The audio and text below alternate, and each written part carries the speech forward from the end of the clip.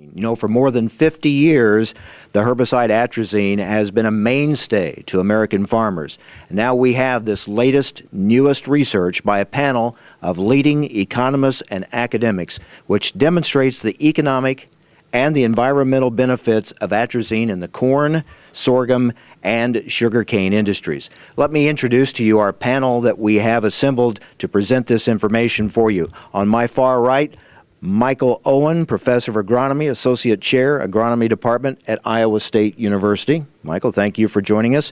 Also, next to him, Paul Mitchell, Ph.D., Associate Professor, Department of Agricultural and Applied Economics at the University of Wisconsin. Thank you for joining us.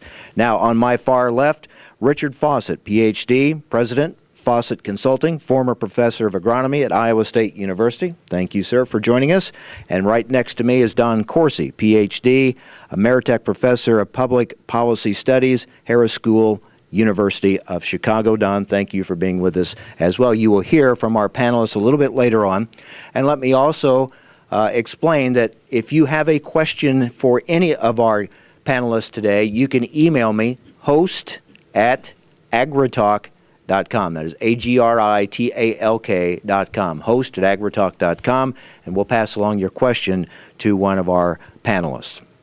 We're very excited to have this opportunity to unveil this information to you today and hear about the highlights of these new findings that we are releasing today, documenting atrazine's impact on weed management, crop yields, and on jobs. I'd now like to introduce to you David Bridges, President of the Abraham Baldwin Agricultural College in Tifton, Georgia. David? Thank you, Mike, and thank you very much for joining us over the web. As those of you who cover the ag beat know, farmers have relied on atrazine herbicides for more than 50 years. Growers depend on them for corn, sweet corn, popcorn, sorghum, sugarcane, many fruits and nuts, and in fact many other commodities. My colleagues and I have devoted many hours of study, research, analysis to producing the papers we released today about simazine, propazine, and the value of atrazine in particular. In the reports, Dr. Paul Mitchell assesses yield and herbicide replacement cost and cost to consumers and society. Dr. Mike Owen describes atrazine's expanding role in managing herbicide-resistant weeds. Dr. Dick Fawcett reports on best management practices and conservation tillage. And Dr. Don Corsi will estimate the implications for jobs in our economy. Finally, I began developing computer models to estimate the use and benefits of pesticides in the early 1980s. About 15 years ago, I led a similar project to estimate the benefits of atrazine use in the U.S.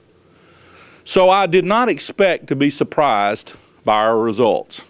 But as a farmer and an academic, I was surprised. Despite the phenomenal growth of glyphosate use, today's findings are even more compelling than those from the 1990s. American corn farmers truly depend on atrazine. And given concerns over herbicide-resistant weeds, atrazine's value could rise further in the near future. That's why it's hard to overstate the benefits of atrazine herbicides. For instance, we estimate their total value to the U.S. economy over the next 5 years to be between $18 and $22 billion. Today, we address three areas: food, the environment, and jobs. The trazines, especially atrazine, are important to each. So let's talk about food. The world must double food production over the next 40 years. Just last week, global population reached 7 billion. In our children's lifetime, the world population will pass 9 billion. Weed control is essential to feeding those 9 billion mouths. Atrazine's effectiveness by itself and in conjunction with other compounds is legendary. Dr. Owen today confirms what many of us had anticipated, and that is that atrazine has a rapidly expanding and very significant complementary role to the use of glyphosate. In fact, it appears that as glyphosate grows, so will atrazine. We've also found that thanks to atrazine, U.S. sorghum producers grow more than 13 additional bushels per acre, and corn farmers grow about 7 bushels additional per acre. Averaged over 86 million acres of U.S. corn, atrazine accounts for an increment or a benefit of 600 million bushels per year. Totaling these, we find atrazine's short-term farm gate impact in field corn and sorghum alone to be between $3 billion and $3.3 billion. Or viewed conversely, without atrazine, these benefits would disappear. Atrazine benefits not only chips and cereal, but also beef and pork, poultry, fish, dairy, and egg production. And through corn's use as a sweetener, many other food products. Atrazine also contributes significantly to U.S. agricultural food exports. Let me place that in a context. We export more than 1.9 billion bushels of corn annually. 600 million bushels is about 1/3 of U.S. corn exports, or it's roughly equal to our corn exports to Japan, who is our largest foreign corn customer. The Russian drought and the recent Australian floods showed us that global food prices are acutely sensitive to production issues. The impact overseas of a significant drop in U.S. export capacity is not in our papers, but it is significant. Think about this. The U.S. is the world's largest corn producer. Atrazine is irreplaceable in U.S. corn production. That makes atrazine irreplaceable in global corn production. Now let's turn to the environment. Farmers and foresters make America green, literally. Plants are nature's most significant scrubbers of CO2. They are the most efficient converters of solar energy to chemical energy. And they're nature's way of preventing soil erosion by wind and water. Dr. Fawcett reports that growers, through best management practices, have significantly limited runoff to surface water. And today's studies show that conservation tillage depends on atrazine. USDA says that soil erosion from farms has decreased by 43% over the past 30 years. Conservation tillage and related practices have contributed directly to that result. Without atrazine, the trend would end. Dr. Mitchell estimates that without atrazine, soil erosion would jump 8.5% for corn, 11.2% for sorghum, and 7.5% for soybeans. Aggregated, that's 56 million to 85 million tons of U.S. soil, enough to fill more than 3 million dump trucks per year. And plowing more means more siltation, more sedimentation, more nutrient loading, and less biological diversity on our farms. More plowing also means more petroleum burned, which means more CO2 emitted. On this record, Dr. Mitchell estimates between $210 and $350 million is the annual societal benefit for preserving this American topsoil.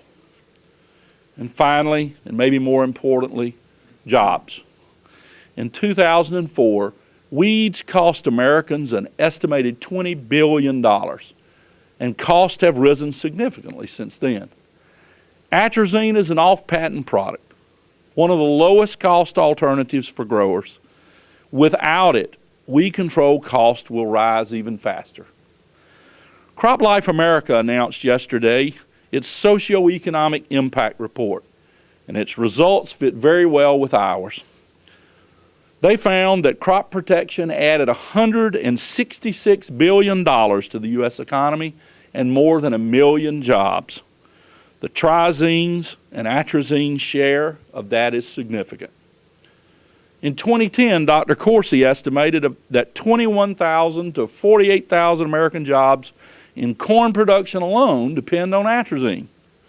Our studies show that the total consumer and societal benefit from the trizines is between $3.8 billion and $4.8 billion annually.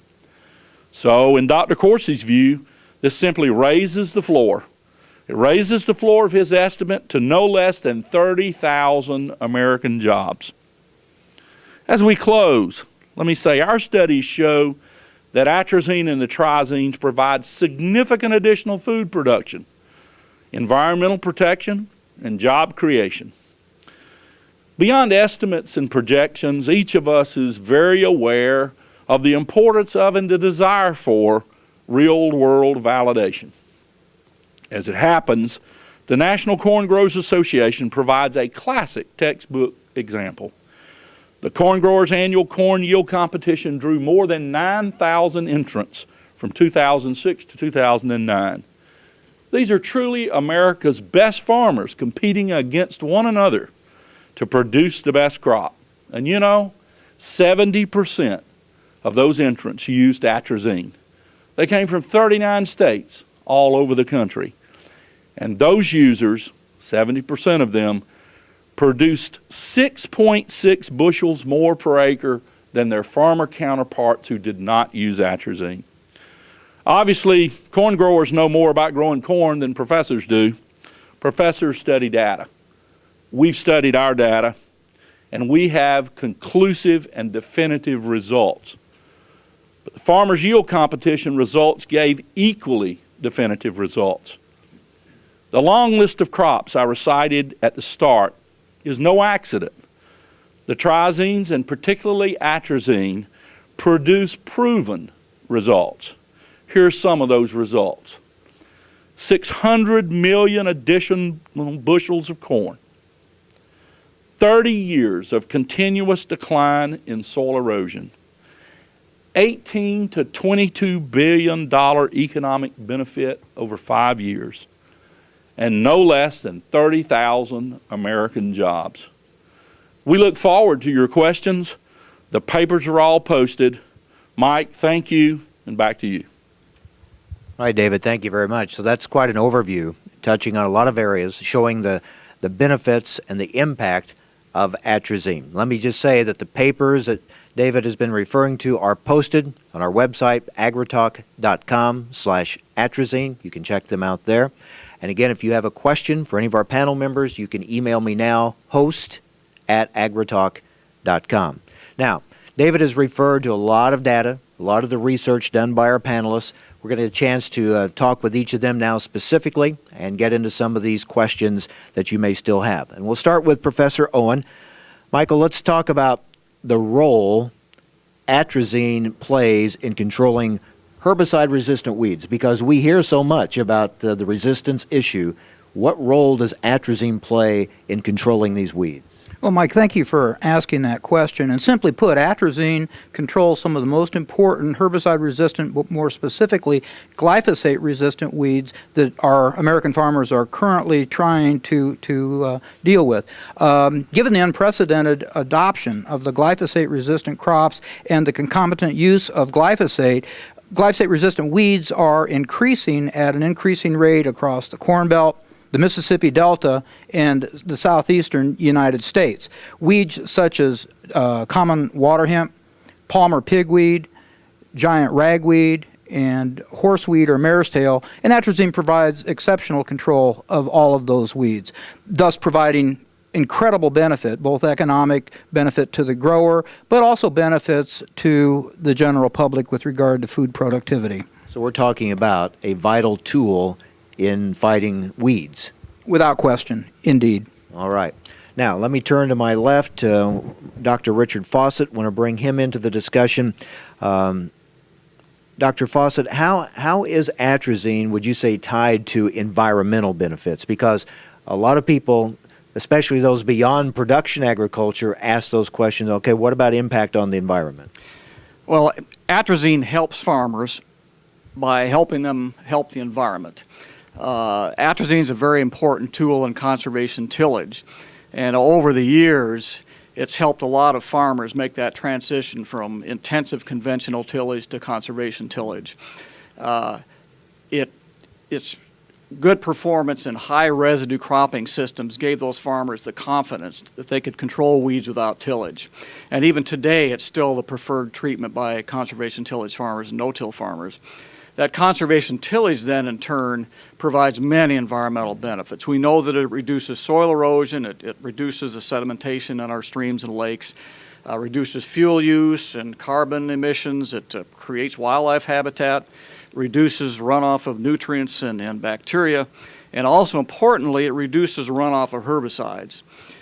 For example, Rathman Lake in southern Iowa has been very intensively monitored for the last 15 years.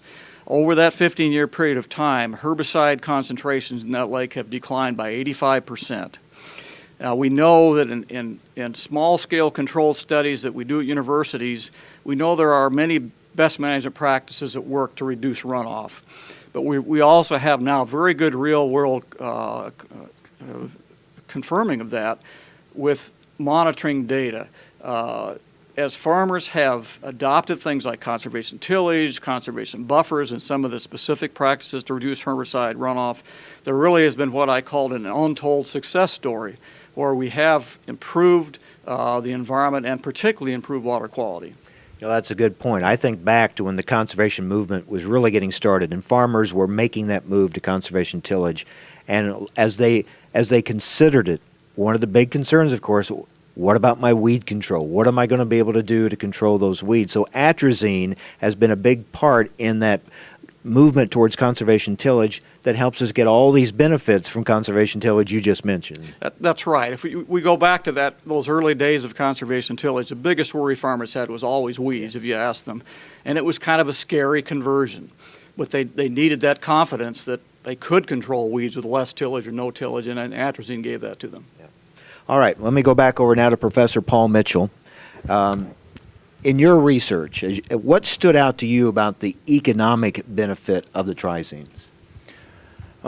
When I started the project, you never know what you're going to find when you do research. That's why you do research. I was surprised to find the magnitude of the economic benefits and then also the environmental benefits.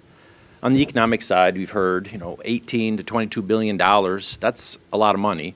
That's over 5 years, and most of that at the beginning I thought would go to farmers. We did a direct benefit. Farmers have increased yield, reduced herbicide costs, and that implies money saved or more money in their pockets now, and that means money spent in their local communities and jobs. But what I actually found is a larger part of the benefits goes to consumers through expanded food supply. We get more grains and we get more food crops as a result, and those are were the larger part of the benefits. And then on the environmental side, I was surprised. I hadn't really thought about it, but atrazine means more CRP and less tillage. CRP is the Conservation Reserve Program, and what farmers do is enroll their land in it, remove it from crop production, and put in grasses, trees, and other native plants. And atrazine, by increasing yield, increases the productivity of farmland, and that means now we can have less land in crop production. It means more CRP.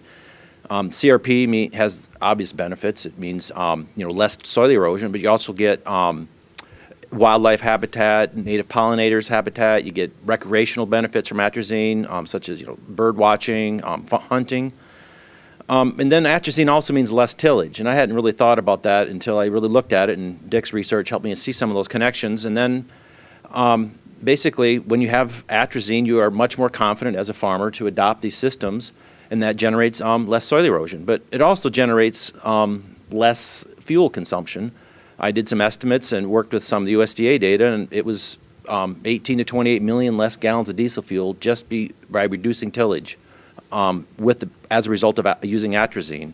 That's something like 180 to 280,000 tons of CO2 not emitted to the atmosphere because of atrazine. That's somewhere in the order of, that in general, that reduces the carbon footprint of U.S. agriculture. And then overall, we focused on estimating the monetary value of the soil erosion prevented, and I was surprised. It's $210 to $350 million per year, and that's to other people. That's not just to farmers. That's to the society as a whole.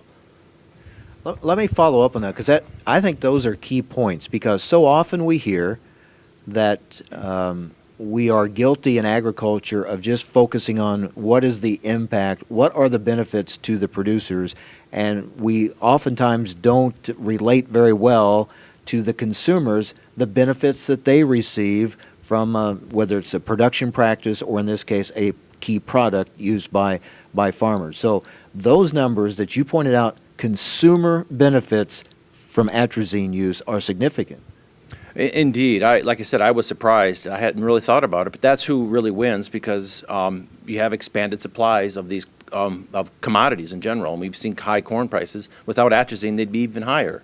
And that would, I mean, right now we're at worldwide, we have record food prices, and there's various reasons for that, but atrazine contributes to helping keep those prices down a little bit. So everyone's benefiting then, what you're saying. Yes. All right, now I want to bring in Professor Don Corsi. Now, we're hearing, these are interesting numbers. I'm finding these very interesting when I hear job. You've mentioned the word jobs today in this economy, and people light up because we know how tough it is to get jobs. We know how many people are unemployed. We know that in rural America that's kind of been a driver, one of the positive areas because there has been some job creation there. What we're hearing now from this research is there is a relationship between atrazine and jobs. Absolutely, and my research for this project indicates that between 30,000 and almost 50,000 jobs are directly supported by the presence of atrazine in our economy. Where's that number come from? Everybody knows that atrazine has had an amazing history of knocking down weeds, therefore increasing yields. I and my colleagues have consistently found that the monetary value of those, conservatively noted, was between $3 and $5 billion per year. That $3 to $5 billion per year translates directly into the support of those 30 to almost 50,000 jobs. That's not the end of the story, however. Those jobs create incomes which are funneled directly back into the rural communities and support the butcher, the baker, and the candlestick maker, as well as public services like police departments, fire departments, and medical service. So it is very much of a ripple effect. And what we often talk about in agriculture is something that starts on the farm doesn't just stay on the farm. That moves throughout a community, a region, an economy. Yes, and it's important to note, too, that these 30 to 48,000, 50,000, whatever you want to call it, jobs are going to be in these rural economies, and that's where the big impact occurs. All right. I want to come back to David. David, when I hear these numbers, these are very impressive numbers, and it really stands out. And I guess I was guilty, even though I've been familiar with farmers using atrazine for many, many years. I thought of atrazine as something used to control weeds. What we're hearing here is atrazine does much more. Yeah. Well, certainly, Mike, we all like to eat. And the American public enjoys a situation that's not universally enjoyed around the world. We spend a very small proportion of our income on food. We have enjoyed an abundant, cheap, reliable food supply for a long time. And I think if you listen to Paul and Don and others here at the table, you hear that, in fact, what we're saying is let's look at the big picture. And atrazine contributes to the U.S. economy. It is a major part of our agricultural export program. We are the world's largest corn producers. Corn export is a major part of our export economy. And if we make a radical change in corn production, we will affect our export business. And so that affects us all. But the food piece and the environmental piece, I think, are very compelling at a time when we all face the challenge of how do we redouble food production again over the next 40 years. Okay, now let me ask you this, because atrazine's not a new product. I mentioned, for more than 50 years, it's been a big part of the arsenal that farmers have used in controlling weeds. So why all this research? Why are you announcing all this now? Well, periodically we have looked at this information. As I started out, I said 15 years ago we did this same sort of thing. New products come and go. New technologies, there's a lot of new technology. 15 years ago when we did this analysis, the herbicide-tolerant crops, the genetically modified traits that are available to the farmer today were not in place. Production practices for corn producers in particular in the U.S. have changed radically in the last 15 years. And so, if you look at atrazine, it's probably the most widely studied pesticide in American farm history. It is a solid part of agricultural production and has been for a long, long time. Its value has been well established by its use. And we just feel that there is a compelling argument to be made to invest in reinforcing what the value of that product is, not just to corn farmers, not just to sorghum farmers, but to society in general and the U.S. economy. I want to follow up with some questions for our panelists, and I want to go back to Professor Owen. Some might say, is this just another industry-funded study trying to, protect and promote a product that a company is making? And sure, you're going to defend it. If it's your product, you want to sell it, you want to defend it. How would you answer that question, that it's just some kind of self-serving, self-promoting study?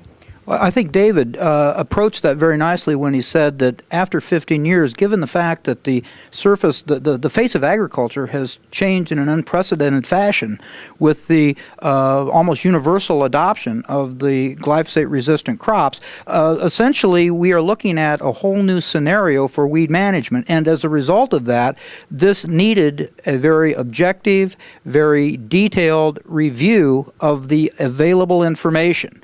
And this, I think, will support the reports that we have put together, the research that we are presenting today, basically will support agriculture and the fact that atrazine is an incredibly important part of that agriculture. What we are doing is putting forward a series of reports that were objective, they are robust, and they are intended for scrutiny through peer-reviewed scientific publication. And this will provide us, I think, with an excellent picture of how atrazine supports the United States economy and agriculture in general. So what you're saying is you went into the research not with a conclusion already in mind that you were just going to try to find a way to support. You went in objectively, as you said, and presented the data, looked at the data, and came up with these findings. Absolutely. I mean, everybody knows that atrazine controls weeds and has done so very effectively for 50 years. However, agriculture is very much different than it once was. We've talked about the conservation tillage and the no-tillage production practices. We talked about the genetically engineered crops that predominate. One of the things that the NRC report on the sustainability of genetically engineered crops reported, it came out in 2010, was that with the way that agriculture and weed management specifically is now being produced, one of the greatest fears and concerns, which obviously has been realized, was the loss of effectiveness for glyphosate.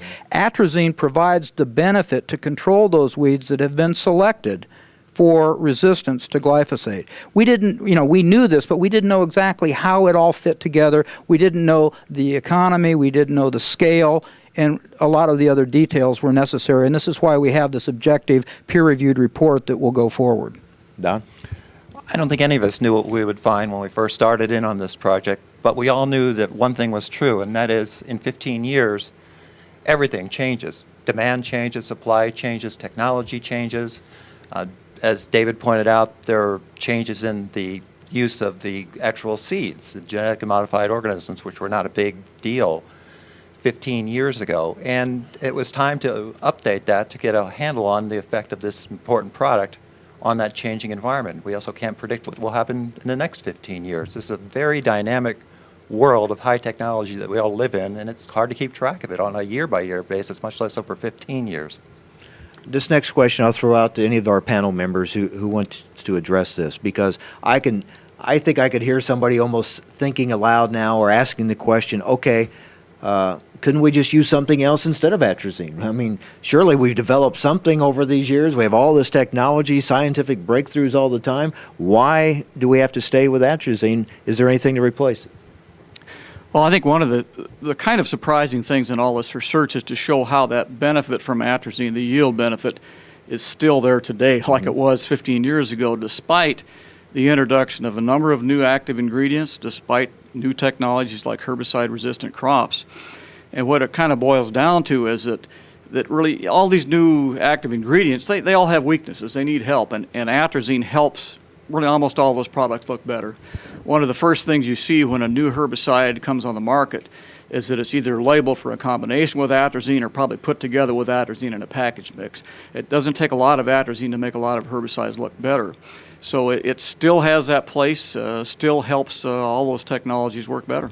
I would guess then, would think that the fact that it is still so effective and still has all those applications just shows the amazing product that it is, that over the course of 50 years, really something hasn't come along really to replace it because something hasn't been needed to replace it. That's right. It is rather amazing. And the other thing, of course, to keep in mind is it's very economical because it is an off-patent product. The price is low, and many of the replacement products, if you could replace it, would likely cost more. Okay. Now, let's get into the economic benefits we've been hearing about. I think we heard the figure $4.8 billion benefit to the economy. Some would say, hey, that's $4.8 billion is a lot of money to me, I have to say. But if you're looking at the big picture of the economy, and we're talking about a $14 trillion economy, some would say, well, how big a deal is $4.8 billion? How do we put this into some perspective as far as how significant this is to the economic benefits here?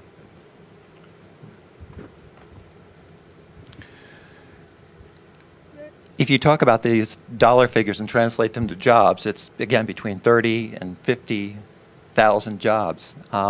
If it's your job, that's a big deal, number one. Number two, as I mentioned earlier in my opening remarks, the effects of this will not be felt uniformly throughout the economy.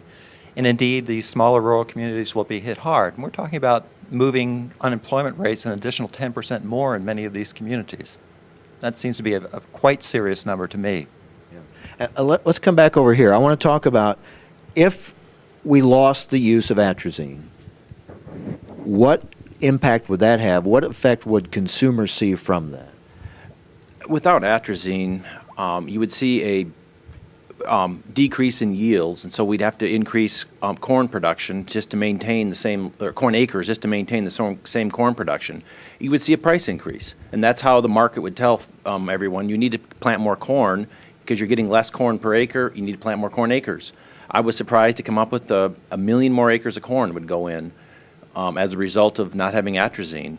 That million acres of corn comes from somewhere, and a lot of it came out of CRP.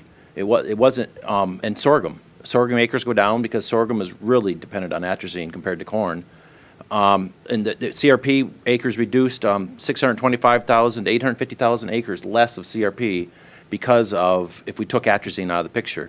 So what does that mean is if we had no atrazine, we would see less CRP and an increase in corn acres, and that meant more soil erosion. So that's to me is a big benefit of atrazine. I don't know who wants to tackle this one, but if people have been listening to the news, they may have heard something about atrazine harming frogs. Who can address this? Who can clear this up for us? What's the impact? Is there any? What can you tell us? Well, I'll give that a shot. We're not toxicologists, so we really can't address some of those toxicological issues, but we do know from what we've heard here that wildlife habitat has been greatly improved. Things like conservation tillage that atrazine plays a big role in actually creates wildlife habitat. It improves the surface water quality and helps aquatic organisms.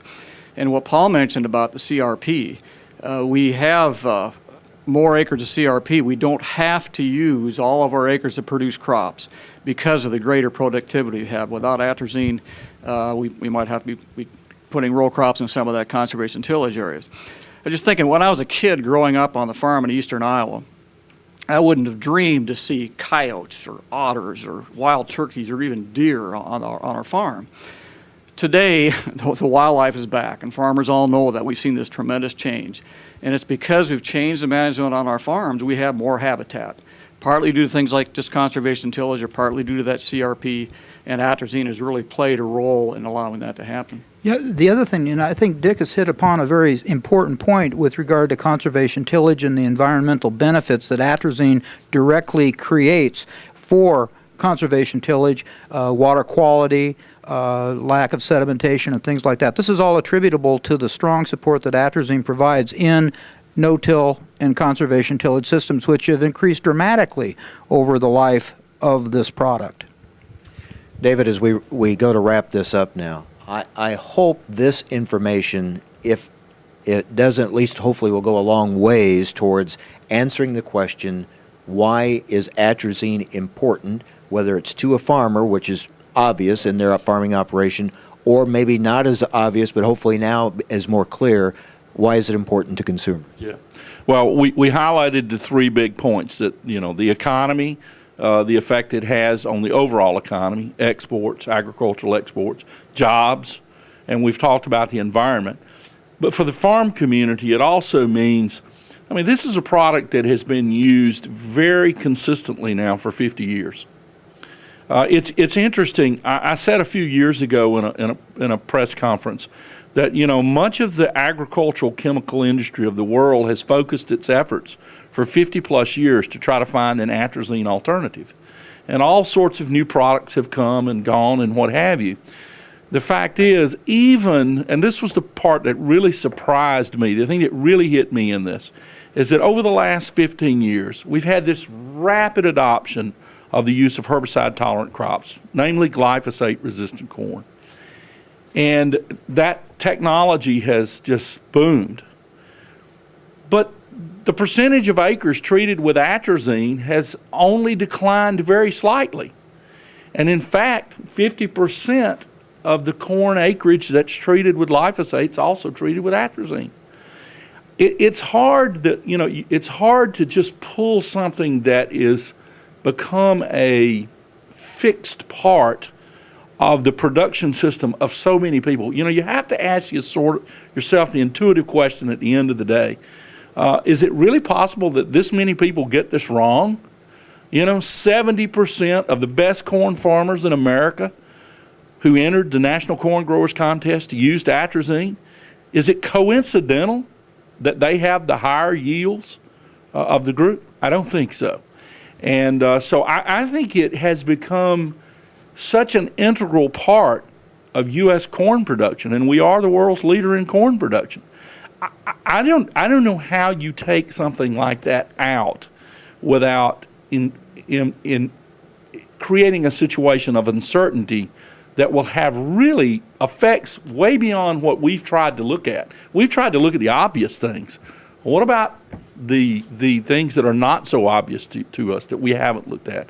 So we just think it's very important to keep pointing out the benefits and balance those against in the decision making about the product.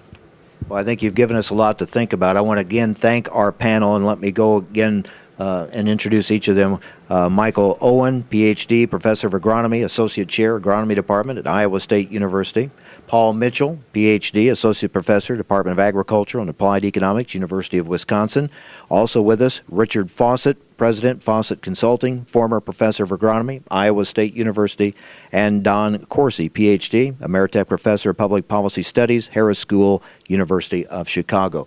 We thank all of you and remind you, those of you watching, that these papers that have been referred to, this information is available to you. You can check it out on our website, agritalk.com/atrazine. If you have any questions, you need some follow-up information, I encourage you to go to our website, check that information out. Again, those papers are posted. Thanks to all of you. Thank you for joining us on this special webcast. I'm Mike Adams, coming to you from Kansas City.